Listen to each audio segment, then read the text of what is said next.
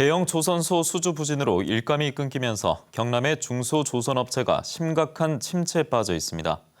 이미 많은 관련 노동자들이 일자리를 잃었고 올 하반기부터 8,000명 이상 또 일자리를 잃을 위기에 놓여 있는데요.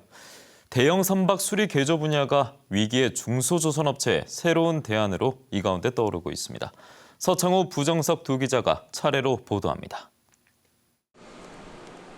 거제 성내공단의 한 중소조선업체. 선박 부품을 옮기던 크레인은 멈춰섰고 공장 문은 굳게 닫혀 있습니다. 지난 5월까지 선박 블럭을 생산했지만 일감 부족으로 문을 닫은 겁니다. 6개 중소조선업체가 입주한 성내공단 가동률은 10% 수준까지 떨어졌고 직원도 1,200여 명에서 100명 이하로 줄었습니다. 1년 전, 2년 전까지만 하더라도 한 400~500명 정도 현장에서 근무를 했던 공장인데 지금은 전체적으로 물량이 많이 줄어서 현재는 지금 한 50명 정도 현장에서 일하고 있는. 경남 조선업의 양대축인 삼성중공업과 대우조선해양의 올해 수주 실적은 목표 대비 각각 6%와 20% 수준.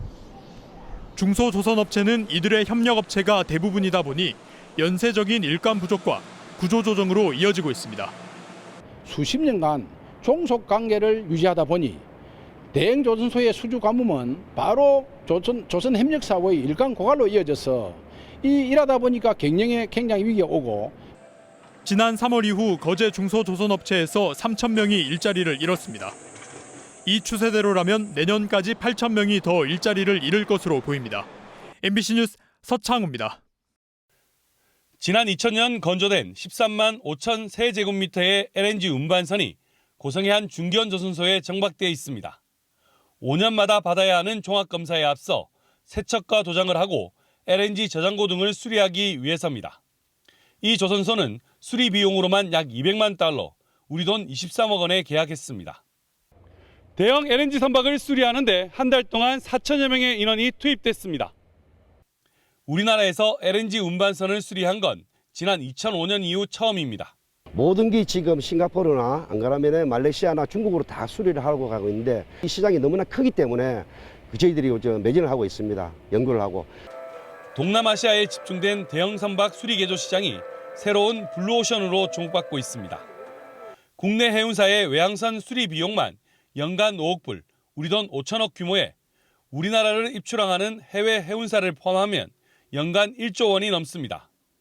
모든 대형 선박들은 2년 6개월마다 수리를 해야 하기 때문에 시장 안정성이 높습니다. 여기에 올해부터 회사기구인 IMO의 환경 규제가 강화되면서 대기환경오염 저감 설비인 스크러버를 설치하는 개조 선박도 늘 것으로 예상됩니다.